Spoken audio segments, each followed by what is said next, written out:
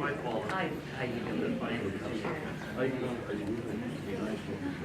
we are back. We're going to the second part of our debate this evening. This is for candidates for Board of Selectmen. 3-year term.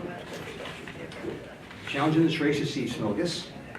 He's an officer of the High School Building Committee, member of the Finance Committee, town meeting member, and officer on the Sign Bylaw Committee. He's lived in Billerica for 17 years. He and his wife Cheryl have a son Timmy, who is in the 7th grade at the Marshall Middle School. Go Marshall. Mr. Delorier. Andrew Delorier is a current selectman. He's seeking a 3rd term on the board. He is married and the father of 2. His newest constituent arrived on March 11th. Luke, congratulations. However, it will take him 18 years to vote, so. Format for this debate is similar to the first debate, and it will be sort of an open format. There'll be no time limit. I ask both candidates to keep their answers succinct and to the point, or I will have to move the question. That's the other debate. That's the other debate, thank you. And by coin toss, the first question goes to Mr. Smogus. Also, thank you, candidates, for agreeing so readily to this debate this evening. So, Mr. Smogus, the first question to you is, what skill do you bring to the Board of Selectmen, if you're elected, that none of the other current members have? Thank you, that's a very good question. It's life experience. Like many of the people in town, I fell upon hard times, lost a very good job. I was out of work for the better part of 4 years. So I learned the value of a dollar. Very hard lesson, but I learned the value of a dollar. So I will bring to that board the viewpoint of every resident in town and how when we approve a project, when we propose spending, when we propose raising taxes, it has a direct impact on every resident in town. And I know how it feels to look at that tax bill and wonder, why did it go up? Did it benefit me? So as a selectman, I will look at every spending issue and look at it very directly. How will it directly impact the residents, and will it benefit? Mr. Delorier. Thank you very much. The skills I do bring to the Board of Selectmen and have been bringing has been achieving success amongst a changing board. I've been consistently a part of the board, and we've consistently delivered on promises, not just making promises, but actually delivering on them. Promises of sewer for decades have been actually delivered upon within my tenure. Promises of building schools on time and on budget have been delivered upon. Expanding roads and safer sidewalks have been delivered upon, not just promises. So that's something I've done regardless of the changing cast of characters around me. I've been part of the success story that has been part of the past 5 years. Well, I'm definitely younger than my counterpart in this race. I definitely have my own life experiences, having both been laid off twice in my time here in Billerica. And we all share different experiences. We all have different life goals. But one thing we do share in is a wish for an increasingly good Billerica. And that's what's been achieving over the past 5 years. And that's what I'm proud to be a part of. And that ability to be fair and be a fair counterpart with all the different selectmen I've served with, and proudly with many of, well, each and every character I have been, is finding success with each and every member, and finding success with each individual town manager I've worked with. Since FinCom, I've worked with 3 different town managers. I've had productive and positive relationships with each and every one. I'm proud to work with all of them, and I'm proud of the success that we've brought to this town. Okay, second question goes to you, Mr. Delorier. Voters around town often say they want balance on the Board of Selectmen. If elected, do you feel you'll help balance the mindset on the board, or do you believe you'll add to the majority voice?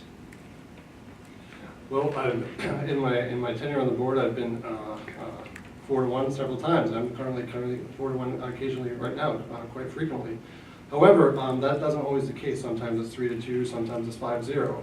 My voice has always been one of moderation and productivity versus one particular standpoint, one particular constituency. My constituency, my special interest, is my special interest in the entire town.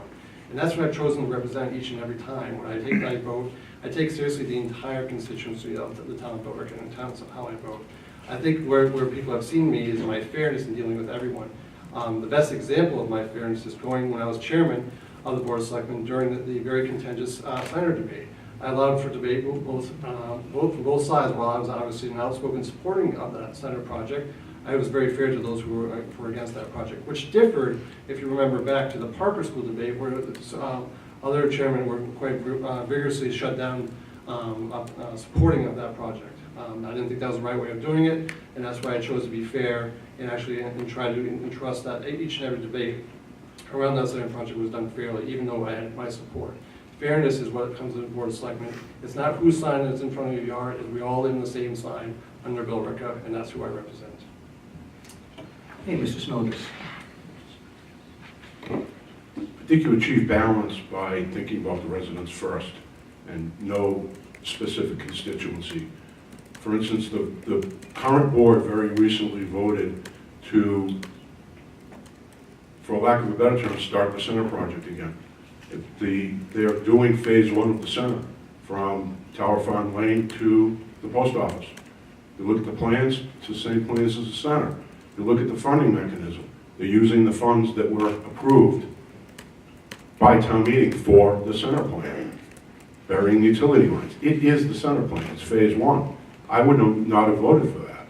So balance is doing what the residents have said they want you to do. That's balance. It's not part of a voting block. It's not thinking, okay, this selectman wants me to vote this way.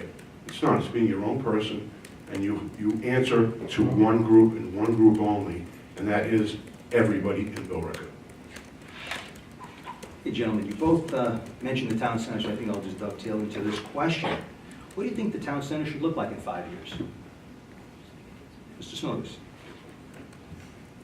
I think it should look similar to what it is, but we need to continue with the improvements to traffic safety, pedestrian safety.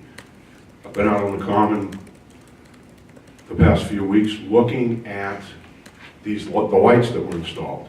And quite frankly, they really don't work. As a selectman, I'll ask the town manager to look at the lights.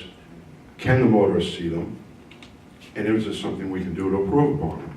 Stood there and watched as people press the button, they start to go, and I know the motorists cannot see those lights. So I would like to see, ask the town manager, can we look at improving that? Continue to improve pedestrian safety. The other thing that I would like to do would be request that the town manager follow up with the chief of police about better traffic enforcement within the center, not just one night a year. Make it consistent. I used to drive down Route 133 towards Georgetown consistently. When you're leaving Andover and you go through Boxwood Center, you know if you slow down, if you do not slow down to 25 miles an hour, you're going to get a ticket.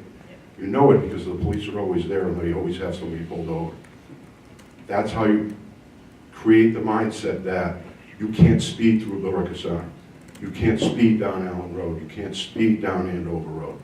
Create the mindset by teaching the people that if you do speed, there will be a penalty involved. So I would just like to, I will promote continuing the improvements in pedestrian safety and going a step further by asking the manager to work with the chief of police to work to slow the traffic down. Thank you. Thank you, Mr. Billerica. Thank you very much. I think many of us arriving here tonight can't see a possible way this traffic in the center can get much slower than it is at 5:30 or 6 o'clock. But I think what we really want to do, and what that's from my vision for the center, and I was part of that 5-0 vote to continue that project, is to really bring the feel of the center that we have, which is that sort of historical type center that we always want and enjoy, and bring it further down into the rest of Billerica, down that Tower Farm Road, bring in the trees, and Glenn, my opponent brought out the increased needs for pedestrian safety, and that new project's going to increase the amount of sidewalks, increase the amount of bike paths, to increase the amount of non-vehicle traffic in the center. Really bringing people into the center to why we're going to slow people down is people want to spend more time in Billerica Center, make it the center of our town, instead of just something to avoid by going down some other road, somewhere just come, spend time with your family, go to the library, do some shopping, and then move on. I think, obviously traffic enforcement is very important. I happen to believe that there is always opportunity to improve, but we do very well in terms of traffic enforcement. And while I'd much rather have folks, drive safe speed, we can't legislate good manners, and especially in Massachusetts, where we have quite the reputation for bad traffic manners. But I think with the increased attractiveness in the center, more people will stay, more businesses will set up shop, and people will hopefully be more respectful in that. I think the lights are a minor, a good improvement. I think with the fully fleshed out of that project fully complete, there'll be a nice complement to the rest of it. Remember, that project's not fully done, and will be done over the next couple of months in the center. So I think it'll become a safer, ultimately a safer place, while following what the people really wanted was sort of maintain that Rotary-like aspect of the center. So hopefully we'll see a center reminiscent of what we have here, but extended further into town, so we see more of a center-like feel to the rest of Billerica.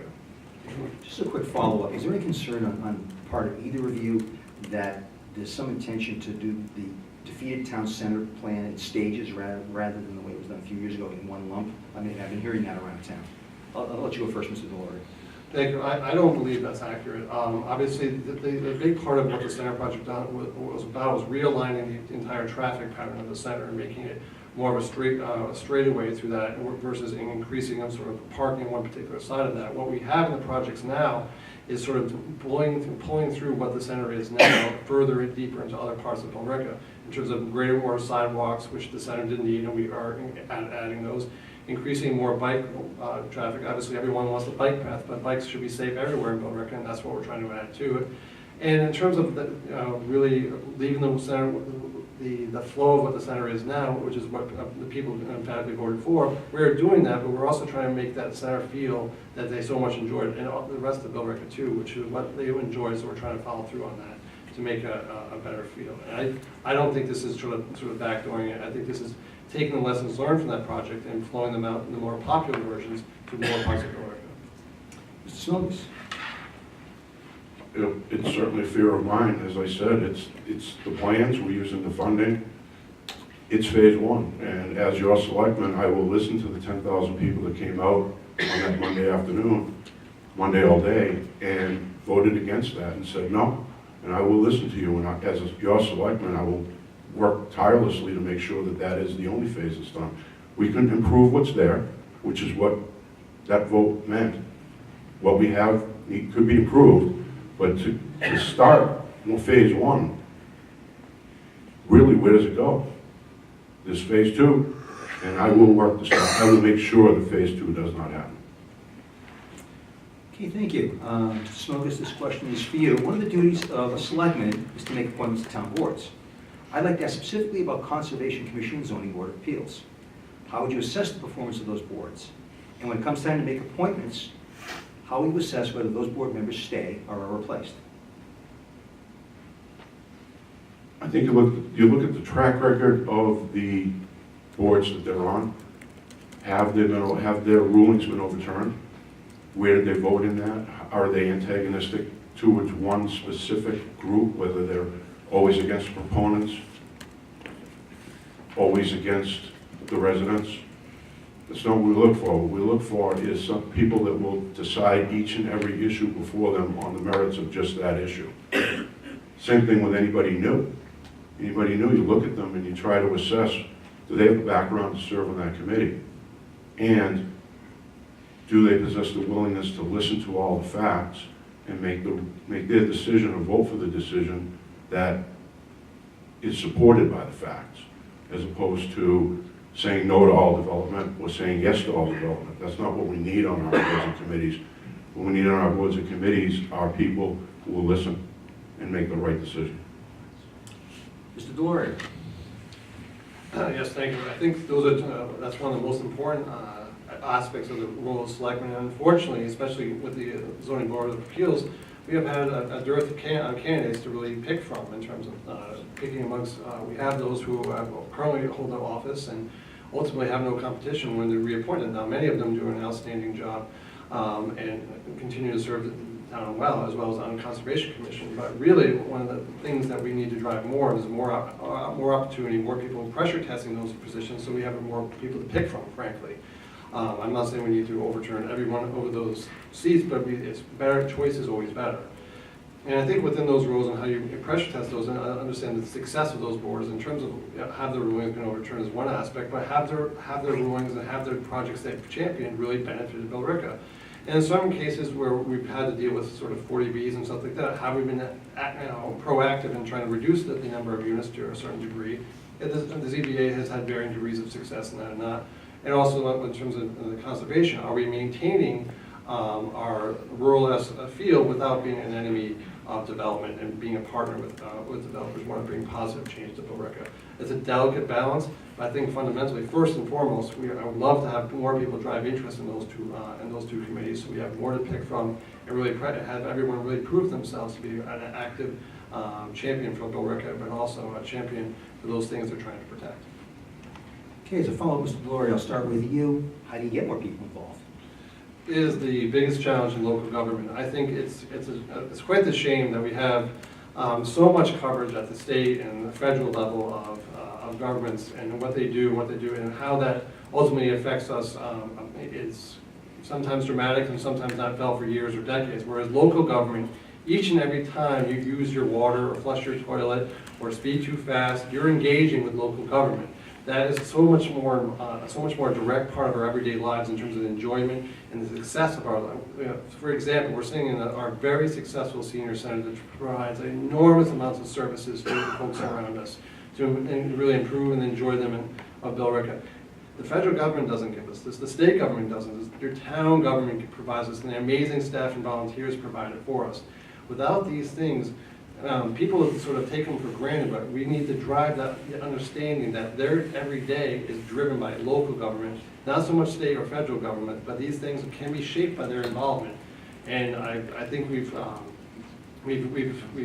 of, the new mountaintop is here in your Facebooks and your Twitters and what have you, but ultimately we have so many folks, like in the previous debate, who have been doing it for so many years. We need a new crop of folks to come and learn from those folks, and also taking on the mantle on themselves. As a younger person, it's part of my responsibility to drive those folks I'm growing up with, and with my children are growing up with, to get them involved as well, because those folks who came before us, we are their children, then did the work for us on behalf, and we're inheriting their work, and we need to take over for them and build upon that, and that's so important.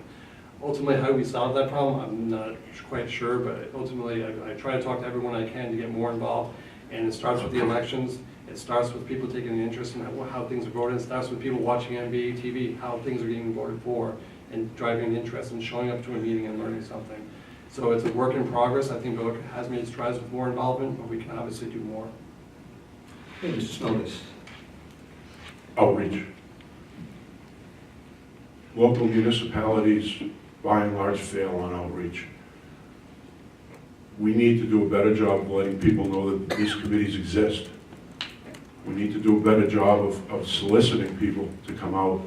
I became involved in government after I lost my job. I didn't travel 120 nights a year anymore. I had plenty of free time. It was right around the time of the Senate debate. I had to go find the information. I had to dig for it. It wasn't out there for me to easily find. That's what we need to do for everything. There are town elections coming up. Has anybody seen it on the town Facebook page? Does anybody know we even have a town Facebook page? We do. They do a good job, and not a great job. We need to reach out to the people of this town. The days of sitting back and waiting for the people of the town to come to us are long gone. The days of sticking a piece of paper in the water bill or in the property tax bills and expecting people to read those and say, oh, okay, those days are gone. It's a right here, right now world. I get my news on the phone. If I want to know what's going on, I open up Twitter. I don't pick up the local newspaper. I don't open up my water bill. Thank you, Mr. Snowdis. Thank you. Go I ahead. almost forgot the question. Thanks, man. So we need to do a much, much better job of outreach. And that's through social media, signs, signboards, you name it. I will fight to have it happen. There will be I will fight for no surprises. I will fight for you to know what's going on as it's happening. And that includes getting people on boards and committees. Okay, thank you. It's you go first on this question. Mr. Snowdis, what does the phrase transparent government mean to you? You touched a little bit on that briefly, but I want you to expand. Transparent government, it goes along with outreach. You can't do things in a vacuum. People that were in favor of the center like to tout that there were X amount of meetings the public could have came to. These were meetings at obscure boards and committees where if the only way you would know those meetings occurred was if you stopped at town hall and opened up the agenda book in front of the town clerk's office and looked, oh, okay. That's not transparent. Transparent is you reach out to the town, you let them know what's going on. And then there's the inside baseball transparent, which is you don't violate open meeting law and all that. People aren't interested in that. People are interested in us reaching out to them and letting them know what the town is up to so that they know what's coming down, what's happening. It shouldn't be a surprise.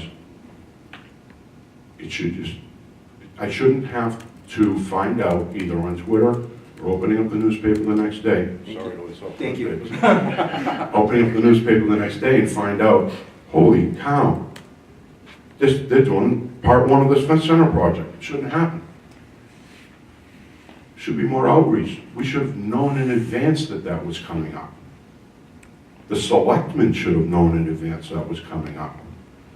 We need to do a better job of being transparent about what we're doing, what we're thinking about doing, and letting the people of town know that. Mr. Delurier. I just want to point out I very much enjoy my little son app on my phone. Just in case anybody's listening. That may live in Billerica, that works for the sun. But as for I think this town has made dramatic increases in terms of the way we communicate, in terms of our brand new website and our brand new Facebook and Twitter presence. Really, the police pioneered our Twitter presence in terms of daily, actually minute-to-minute updates in terms of how we do that. I've made it my sort of vocation as I've been elected is to fully embrace these types of social media. I put the agenda on for every single meeting, and I comment and try to direct people and tell them how to educate them, and both on Twitter and Facebook, and as much as I can, so people can be engaged in what they want to know. Every time we had the plans up for the high school or for the center project, I put them up on my Facebook page and Twitter to direct people, help them find that. Now I understand that the internet is not everyone's favorite thing. And I understand that some people still rely on the process tree carcass that our newspapers, but it's fundamentally we have to put out as many free feelers as we can. We must bring everyone along. And transparency in terms of how do I try to conduct myself is before I walk into every single meeting, you know exactly what I'm going to vote on if I do. Now there's been occasions in the past couple of months I haven't known what I was going to vote on, even though I've been asked to vote on it. And I've had to tell my constituents, I'm not sure what this is really about, but I'm being invited to this meeting anyway. So I like to vote on things that you know about and I know about. That's what transparency is really about, in terms of you knowing everything I'm actually doing. And actually can take an opinion on it and call me out on it, support it, or find out more about it before I actually do it. And that's sort of been my profession. We've had an enormous amount of more information needs to be pushed out to the public. We've done a better job at that over the past sort of year or so. We've done, unfortunately, more and more in terms of meetings that haven't been on TV and haven't been broadcast, and the minutes haven't been available. That hasn't sort of always been our tenure past, and what we need to return to that. And when I return to the Board of Selectmen, which I am on now, there'll be a pattern of trying to get more and more of those minutes out there so people can digest it, comment on it, and take a position on it. Because that's really transparency, is holding those accountable for what they say all the time, before they say it, while they say it, and after they say it. Okay, next question is for you, Mr. Delurier. Mr. Smith has brought up the open meeting law. And the fact is that twice recently the Board of Selectmen has been found in violation of the law. Why do you think this has happened? Is it lack of understanding of the law, bad legal advice, or something else? Well, I'm going to toss out the bad legal advice first and foremost, because any violation committed by the board is the responsibility of the board, not of their counselor or any sort of employee of them. They drive the action, they absorb the responsibility. When there was a transgression, you take the responsibility for something. That's something I learned as a child. And I think that's something maybe has gone out of fashion. I take responsibility for the open meeting law violations that I've been a part of, and I took responsibility proactively to correct them, both when there was an individual basis or in this and more recent time. I didn't point out that I thought the law was wrong. I pointed out well, there's a violation. We have to make corrective action. You don't point out the rule is wrong when you do that. open meeting law violations, I think, are more or less we have tried to do too many things in a too complicated fashion in a way that trying to get, sort of, for lack of a better term, pull a fast one. And I think that's why we've unfortunately went astray to try to accomplish things in a non-transparent fashion. And I think, and also, the first one I was a part of was sort of a legacy thing that worked for 30 years, and that was identified that had a deep flaw in the process. We went through a corrective action, and we won't do it again. And then in a more recent time, it seemed to be an issue, like, well, we don't like this rule, we convict about it. We embrace it, right? At least I embraced that we committed a violation, we took corrective action, we need to move forward. I'm not sure if there's a pattern. Fundamentally, the Board of Selectmen is not above any sort of action. It's not above blaming other people. It's not above other things being taken responsibility for. If there's a transgression, the Board of Selectmen did it. We have to take corrective action, which we have done, like publishing minutes or changing agendas or what have you. And that's what really needs to be done going forward. We can't look to push the envelope when it comes to communicating with the public.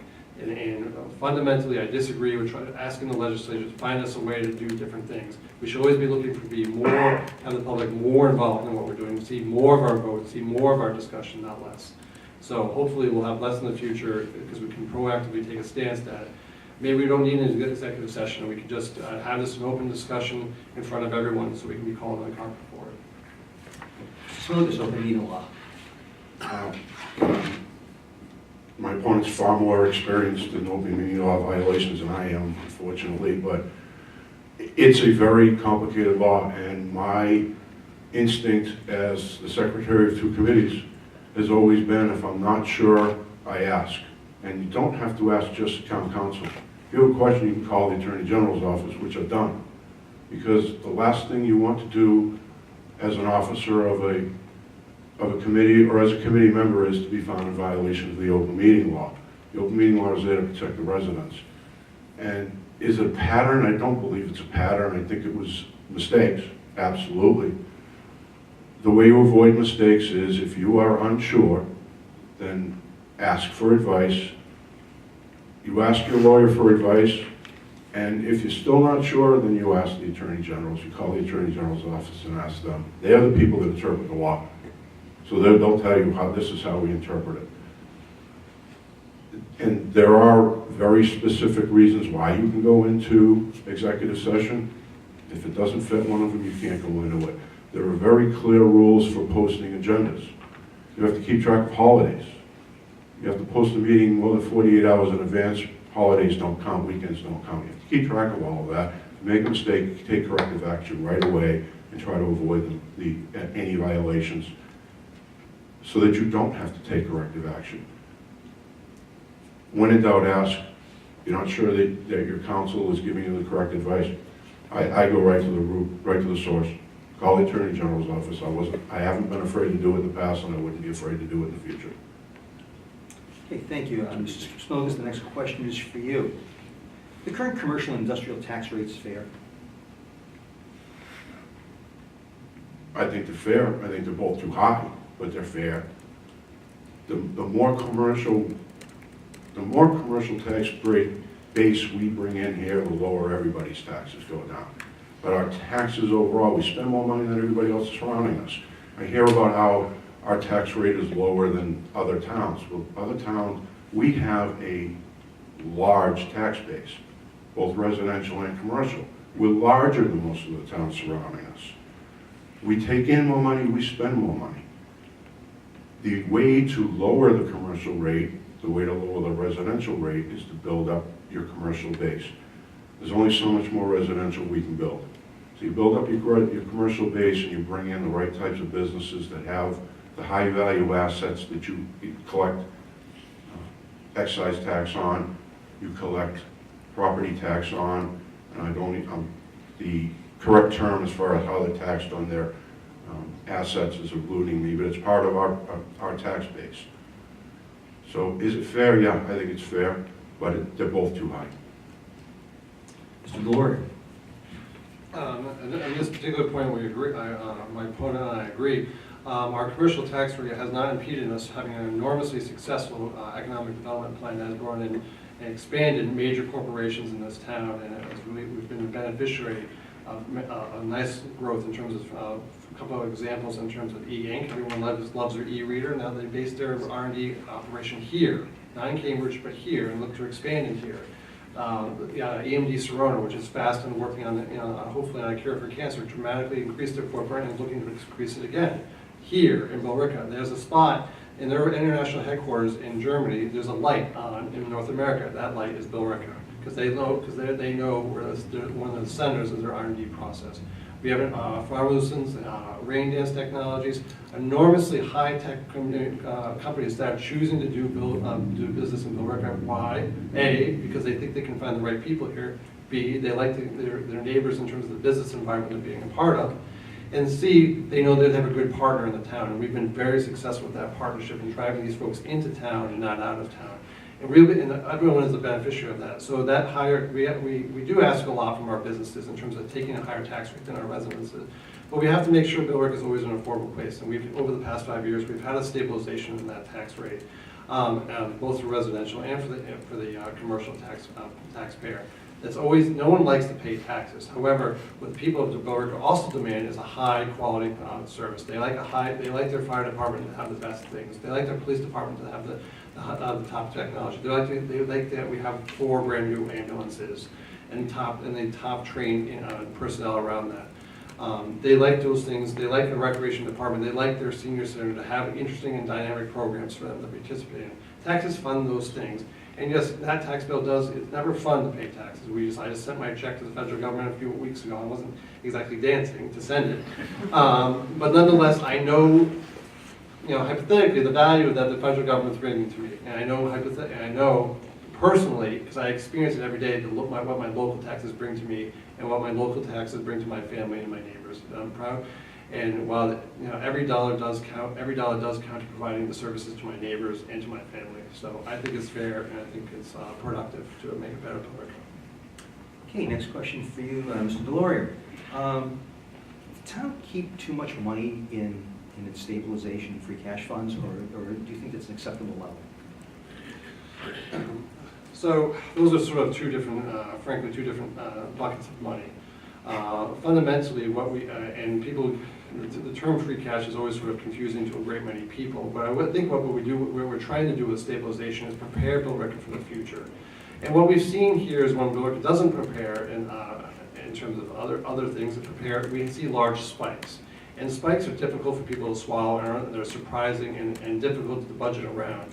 And what the stabilization that both on the school side and on the town side, because we participated in both, it really helps prepare us to have a modulating of the tax impact to our tax residents, while also preparing and developing Billerica from a capital standpoint to have pure, positive and good facilities for the long term. And it's just like anything else, in terms of savings or education. I like to use the example of education. There are lots of things I learned in school that I never thought I'd ever possibly use. But it turns out sometimes math is really, really helpful when you get older.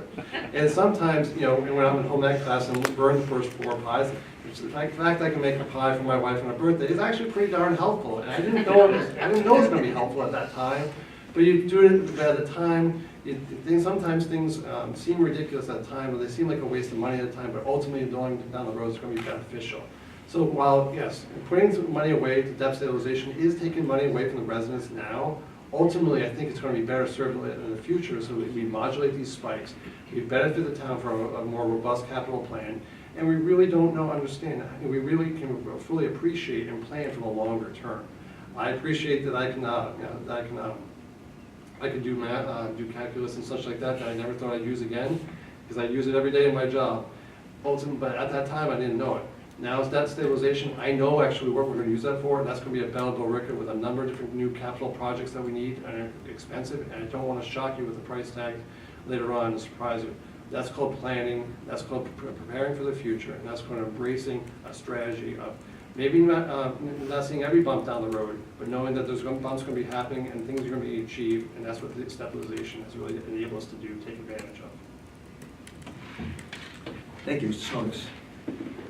Well, stabilization and free cash are 2 different things. Stabilization, we currently have just under $15 million in our various stabilization accounts. It's about where we should be, maybe a little bit lower than where it should be, but every year we seem to find ways to add money to it. Last year, we added money to stabilization without increasing taxes. My opponent was a proponent of $1.6 million tax increase to add even more money to stabilization. I spoke at town meeting as a minority member of FinCom against that tax increase. We were able to stop that tax increase. That's what led to your taxes going down this year. That $1.6 million tax increase that my opponent wanted, your taxes go up or they're level. You don't see them go down. Free cash is how much money's left over at the end of the year after we're done paying all the bills for that year. It's not free by any stretch of the imagination. That came out of everybody's pocket. And that number has been too high lately. It really has. It was $7 million last year was collected that we didn't need to run the town. Now, you'll always find a reason to spend it. There was a warrant article proposed by a member of the Board of Selectmen to give $1 million of that back to the taxpayers. I was in favor of that. My opponent voted against it. So we collect all this money, but there's never any time to give it back. There's never a reason to give it back, or there's always a reason not to give it back to the people.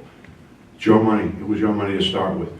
Better planning also includes not collecting far more money than you needed in the first place. Because when you collect more money than you needed, you're going to find a way to spend it.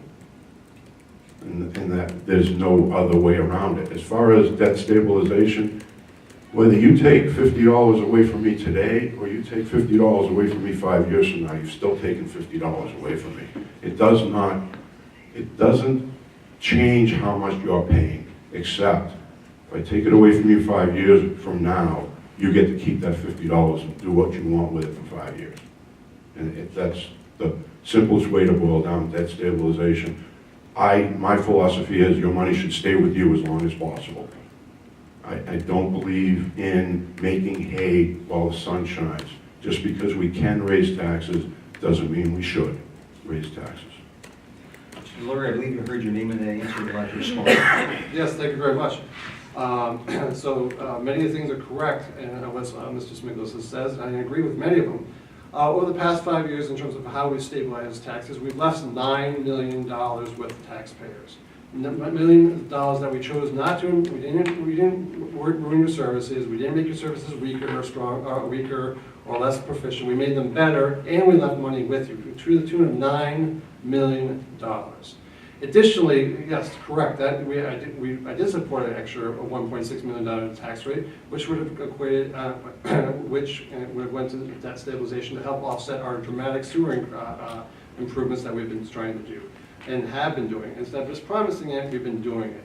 And that actual $1 million wouldn't affect the overall tax rate, which actually the tax rate itself went down. So that's correct. You did feel a larger shift, but ultimately there are many people in town that would have had a greater stabilization as well.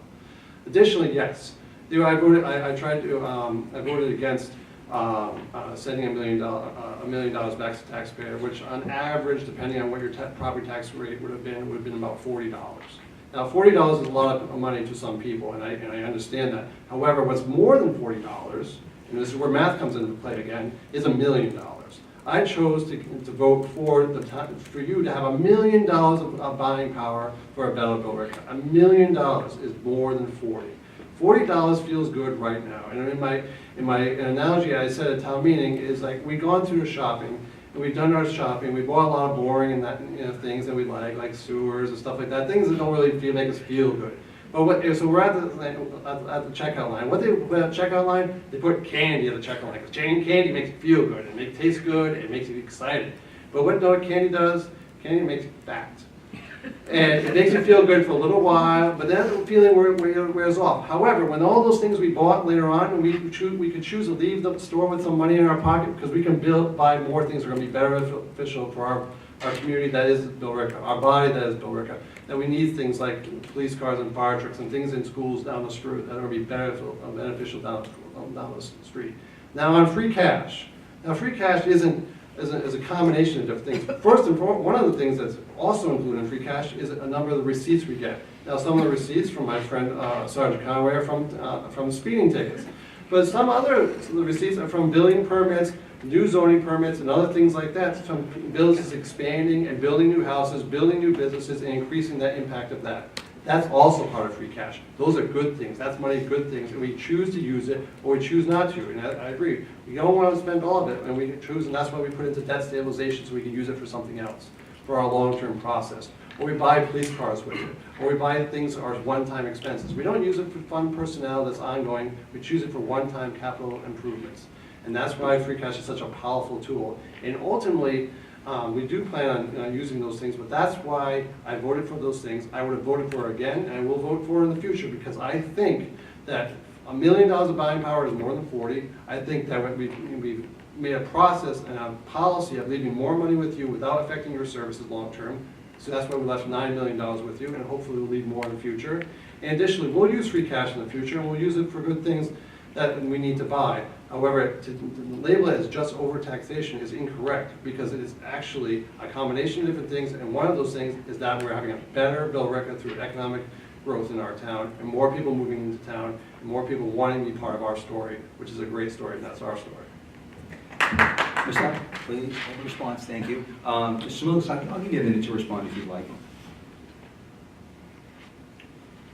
Good planning means you do end up with some free cash. So yes, from all those revenue sources, and remember, everything that comes into town is a revenue source from somewhere. It comes from somebody.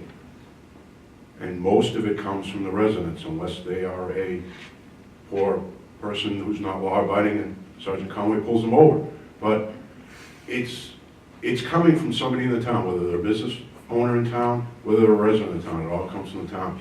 And $7 million is an excessive amount of money.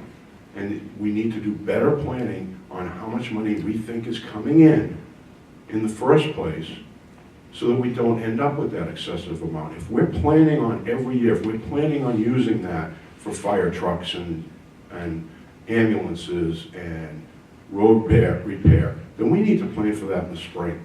And tell the residents in the spring, honestly, up front, this is how much we're going to spend this year. Not come to the residents a year and a half later when that fiscal year is over and say, we have this pile of found money, we're going to do all this. It's not the way to do it. We need to be upfront and honest with the residents in the spring every year. When you hear that budget number, it should include everything we're planning on spending money on, not just on the operating budget. Okay, thank you. I can't remember which first. That's okay, it's actually you, Mr. Smooths. Okay, we're going to go on to the high school. There's a lot of debate. I know this is a process that's been ongoing, and Mr. Smooths, you're on the building committee, and Mr. DeLoria, you're going to vote on this when it comes before your board. There's been a lot of acrimony on this topic. I'm not going to ask you about the particular site that's being considered. Let me ask you this. What happens if, for some reason, the selected site falls through, and you have to move on to a plan B? That's going to move the process back several years. What's your plan B for the high school if plan A doesn't come through? That's a tough question. Well, hopefully we don't get to plan B. Hopefully all the answers are in before we select a site. You can't select a site with all the answers. If we go in and select a site and go to the MSBA and start the process of no return, and we don't know that all the questions are answered, then we're doing something wrong, because we shouldn't get to the point where the site falls through and we lose everything. Those questions must be answered ahead of time before we go to the MSBA. If we're going to the MSBA with a plan that has that type of question, what if this falls through, then something in the process was missed. So what's plan B? Plan B is you beg the MSBA to get you back in the pipeline as fast as possible. That's really the only plan. But let's not ever get there. Let's not even talk about plan B. Let's make sure what we bring to the MSBA is solid, not only as far as site falling through, but solid as far as garnering widespread support amongst the community come time to vote on this at a community level. And I'm not talking about a 51 to 49% victory. This should be the type of project where we garner widespread support, because this affects everybody. But to answer the question again, we can't get ourselves in the position where that scenario plays out. We can't allow it to happen. Okay, Mr. Delorier. Plan A is our Plan B.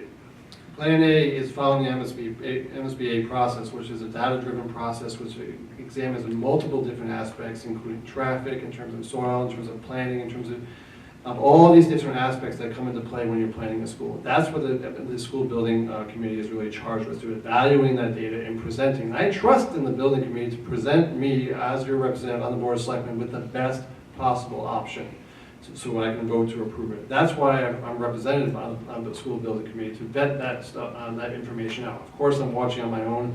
It's riveting television, let me tell you. It's almost as good as the Selectman meeting, but since I'm on the Selectman meetings, they're a little bit more entertaining. But first and foremost, that process is designed to answer those questions. We're not conducting this process by sticking our finger in the wind and seeing what happens. Like, hey, maybe we'll just stick it over there. There's a process that helps illuminate and vet out these questions that's worked across the Commonwealth, and it works not just in Billerica. This is not a unique process to us. It's a process that the state has invested in because they believe that this is how they can get to the right amount of answers to make the right amount of decisions, and hopefully people can get behind that decision. And those decisions are based on data and based on reports and based on a good discussion, which I believe the school building committee is having. And as many people as they get to show up, we have as many people as we get to have that discussion. And I think that's what we need. And that's what I'm confident the school building committee will deliver to me as your representative on the Board of Selectmen, a plan that we can vote on as a Plan A that will be successful. And that's going to be a data-driven plan that takes into account every aspect, both resident impact, science, math, economic, but fundamentally, first and foremost, educationally, solves the needs that Billerica needs. Educationally is the goal of any school system, any school, any teacher, any student. Educationally being successful. That's what the plan has to deliver for me, to be emphatically in favor of it, to vote for it. And I'm confident that's the plan I'm going to receive as your representative, as your selectman. Okay, as a follow-up, Mr. Delorier first, and then Mr. Smogus. Why do you think this discussion in the community has been so heated over the sites? That's a harder question than the first one. Yeah. Billerica is a passionate place, and I'm a beneficiary of that passion because we have a great community that's been born out of that passion, born out of folks being invested and having challenging positions. I think fundamentally where the debate currently is losing sight of ultimately the goal of the school, which is a school and an educational product that delivers an educational great product, which is a great student with a great future, whatever that student his or her wants to choose. The location is going to be decided upon by evaluation of data, but that is only one aspect of a successful school. This school has to take into consideration what's the best flow of the school. We just had a very large discussion on the grade configuration of that school, how the school is configured to have sort of the different schools within a school, which is a sort of the more popular thing to do. How's it going to be? Those are the things that we really should be talking about. How's it going to be educationally, but also economically feasible for everyone in town? We can't, everyone, back in the day when we were building schools, everyone feared the Newton North type situation. We don't want to go down there. I'm not interested in going down there. And having this process is really going to vet it out so we don't go down there, so we don't bankrupt the residents and bankrupt the students for having a sort of school they can't use and can't afford to participate in. That's what this process is really about. And where the debate is now, I think, is Billerica hits a vacuum. And there are many folks in town who like to fill that vacuum with their perspective, whether or not all the data has become in. And that is their right. We still live in America, and we still have the right to have that perspective. But me personally, I'm paid at work to make data-driven decisions, and I'm paid as your selectman to make data-driven decisions to make the best things for you. The residents and the educationally, economically design of the school is what's foremost. I'm part of this. And I really wish that's what the debate was. What's the best educational outcome for our students, and how is that school configured to make that best outcome? That's what our debate should be about, not whose particular neighborhood is going to be affected, because frankly, it affects every single neighborhood, because everyone profits from this school, whether they have kids in the system, they had kids 40 years ago, or they have kids in the future. Everyone's going to profit from this high school, and that's what that's what the debate needs to really do, is how do we get the best educational product, not a small aspect of where it's going to be, because it really is part of all our neighborhoods. And I look forward to having a quality educational product from Billerica. Mr. Smilgus, why is it so acrimonious in some quarters? Andrew's right. That's a harder question than the first one. I didn't think the first one could be beat for a harder question. It's tough. I think there's a reason why, when you look at communities that have gone through this process and built a new high school, I think there's a reason why they're on the existing site. Because trying to change sometimes is really hard, and it brings out the best and / worst of everybody sometimes. It's hard to look at things as changing, because then you add opposition, and it's hard enough to get a high school project to pass as it is without adding opposition. And there is, I'm not sure it's opposition yet, but there is a lot of resistance to one of the proposed sites. It's out there, you can see it, we hear it. The committee itself visited 12 through 14 sites. I was trying with one of my colleagues to figure out how many we had visited, and we thought we missed one. We went through it in our heads a few times, we weren't sure. It's at least 12, I was on 9 or 10 of them. They're all on the existing site. There's got to be a reason why towns choose to remain on the existing site. And based on this experience, maybe they choose to stay on the existing site because it's the easier part, it's easier. Maybe they do. Maybe they choose to go on the existing site because there's no other land. Possible, but I know in some of the towns we visited, they had land. They just chose to stay on the existing site. We did not visit any site, any town that moved their high schools. And having been at a front row seat to this process, if they did it out of expediency, I can fully understand it. But we're there, we're looking at 2 sites. What's lost in the debate is we're still evaluating whether renovation is the right option. It probably isn't, but we still are there. We haven't ruled it out. And that's been completely lost in this debate, is that we still have 3 options there. When we started looking at sites, we had 5. We've eliminated 3 of them. 1 was eliminated for us. The other 2, we've decided they just didn't work. We're down to 2 sites, but we still have not eliminated renovation. So, and that's been completely lost in what's going on in the debate over where it should be located. The debate really should be, are we building an educational facility that will be around for our students for decades to come? And will it be something that all of us can be proud of? And will it be something that we can garner widespread support amongst the community for? That's really what the conversation should be on, and quite frankly, I'm disappointed that that's not what the conversation's about. Thank you. We're going to take one final question, and we're going to go to closing statements. This is somewhat related to the high school issue, and this is for you, Mr. Smilgus. Does the Board of Selectmen need a written code of conduct?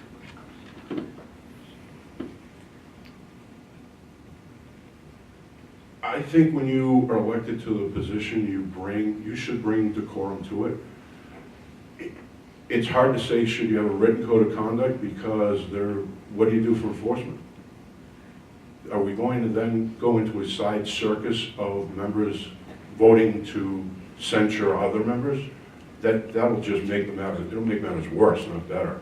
I would hope that everybody who's elected can conduct themselves professionally and get along. I don't always agree with everybody that I serve with on the Finance Committee, but when the meeting's over, I'll stand around for an hour talking to people who I've voted completely differently with all night. They'll be the first people to send me a note congratulating me on something, or sending me a note to make me feel better about something. That's what you should have. That's what you should strive for. That yes, you can disagree on something without being disagreeable. And that's what everybody should strive for, and that's what I've always strived for. I don't agree with everybody that I serve with. Don't vote the same way as everybody I serve with, But when the meeting is over, I'm very proud of the fact that I can have a conversation with everybody I serve with. And we don't harbor grudges, we're not yelling at each other after meetings. Most of the time, we're talking about something other than the meeting. And on a committee as large as the high school building committee, we'll count and make sure there aren't 8 of us, so that we're not violating open meeting law, to go back to the previous question. But most of the time, we're not even talking about what happened. We're talking about something else. We're talking about, I noticed that an item that I know somebody that I serve with loves to eat and devour at a high rate. I see them on sale because I see the sales the day before. And I told them, hey, they're on sale, make sure you stock up. But we don't always agree, and that's what it should be about. Disagreeing without being disagreeable. And I don't think a code of conduct should be necessary. I think you should be able to check your ego at the door, make the decisions that are best for everybody in town, and when it's all over, you don't hate each other. Because if at the end of the day you're hating the person sitting next to you on an elected or appointed board, then there's something wrong. Take a step back and evaluate what's going on. Mr. Billerica. Thank you. I have a mom. Most everyone has a mom. I think in politics we sometimes forget we have moms that might be a little bit disappointed in our behavior. A code of conduct is, I guess, a mom on paper. I try to bring professionalism to everything I do. I've been ultimately very successful in being a professional on the board over my years. And I think the degree of how code of conduct is really, there's lots of things, codes of conduct and conduct sells a lot of newspapers, or sells a lot of newspaper apps, you know. However, ultimately, what you want from your board of selectmen, what you want from your city council is results. And what we've been driving over the past several years is a results-driven board. The cast of characters has changed to some degree or not, but the results keep coming on. And for the past 6 years of the board I've been part of, I have a professional relationship with every former member and every current member. I'm not like trying to be a Pollyanna, but my job for you is I'm not here to make friends, I'm here to get things done for you. And that's what I'm part of. And if a code of conduct helps us get the thing done better, fine. But to be honest, discussing people's feelings and how we should act and how we should salute each other, don't salute each other, is a waste of your tax dollars when I sit up there and do. My job is to build roads, build schools, and have you have a better community. I don't really want to waste time passing a code of conduct that we debate over countless hours because over the semantics. Now, we all feel very good, but frankly, as soon as we pass it, we throw it out the window. And that's not really going to equate to you having a better town. A code of conduct is what you're born into. A code of conduct is a phrase when you look at each individual issue and say, do I know how Andrew voted on that and why? And I'm confident that every single person in this room and watching on internet land or reading the newspaper tomorrow is going to know, I know the way Andrew voted. I agree with it or I disagree with it, but I know why he did it. And that's all I strive for. And a code of conduct wouldn't make me do anything differently than I've already done, because I have a mom. And if everyone remembers they have a mom, I think we all do a little bit better. So maybe we just need moms to show up in the meeting. Okay, thank you very much, gentlemen. We now go into the closing statements by the floor of the coin. Mr. Smoke, you go first. Thank you. First of all, thank you, Tom, and thank you all, son, for hosting. Thank you, everybody, for coming out. Thank you, everybody that's watching online. My name is Steve Smilgas, and I'm running to be your selectman. I've lived in this town for 17 years. I didn't choose Billerica because I thought I could move to Billerica, become involved, and change Billerica into something it's not. I moved to Billerica because I liked Billerica. I thought Billerica was a really fine community. I grew up in Burlington. I knew Billerica very well. I grew up in Burlington. My wife grew up in Woburn. We both knew a lot of people in our own communities. We wanted to start fresh, where we didn't really know a lot of people. And I think we chose very well. We chose wisely because I've met tremendous people in this town. And that's what I love about this town, is the people of this town. And I would like to be your selectman to continue where you've driven this town over the last few years in the elections, to keep it going in the direction you want it. I'm not running to change this town dramatically. I'm running to continue what's been going on lately, which is projects that benefit you, spending that benefits you, and asking the tough questions. Does this benefit the resident? Do we need to spend that money? I mentioned it earlier, but Advice that I learned very young was advice that was given to me very young. Just because you can do something doesn't mean you should do something. And I've lived that. Just because we can raise taxes doesn't mean we should. Just because we can retroactively raise water rates doesn't mean we should. I will ask the questions. Should we do this? Who does it benefit? Does it benefit everybody? And quite frankly, is it worth spending the money? Because we will spend money. We spend a lot now, and we're going to continue to spend money. And I'm not going to tell you I'll lower your taxes, because every politician says that and they don't deliver. My goal is to be a voice for the taxpayers to keep the impact on you as low as possible, while still delivering the services that we have come to expect. That's why I'm running for a seat on the Board of Selectmen. Nobody's going to tell me how to vote. Anybody who's known me long enough knows you can't tell me to think anything. I think on my own, I make my own decisions, and as a selectman, I will evaluate all of the information in front of me, and I will make the decision that is in the best interest of you, the residents of Billerica. And I ask for your vote for Steve Smilgas on April 11th, that's a week from Saturday. Polls are open from 8 a.m. to 8 p.m. Thank you. Thank you, and finally, Mr. Delorier. Yes, thank you very much, Tom. Thank everyone for being here. To be honest, this is a great turnout for an event like this, and I'm really pleased to see it. My name is Andrew Delorier. I've been your selectman. I'm going to continue to be your selectman because I've been largely responsible for many of those great choices and many of those great things in the way the direction our town has been going the past couple of years. I've been part of those decisions that you've come to experience and appreciate in the positive direction of this town. Many things that people have changed on the board, but the positive direction has continued to change in the direction since I've joined the board. Frankly, every Monday we have more businesses opening in Billerica. Every Monday we have more safer streets, and now that they're uncovered from snow, to drive down and bike down and walk down. Every Monday, more kids in the Parker School go to school above ground, and we have more students below ground. Every Monday, Billerica has gotten better since I've been elected. Every Monday, I'm proud to say we chose Billerica because we didn't know anything about it before we moved here. We grew up out of the state, and all I learned about Billerica before we moved here was there was a great pop warner organization that my uncle competed against from Wayland football. I'm proud that we live here. I'm proud that my two children have been born in Billerica and grew up saying they're from Billerica. I'm proud that we just purchased a new home to be part of it further. We've doubled our investment in children in Billerica, and we've added a new house to our continuing investment in Billerica.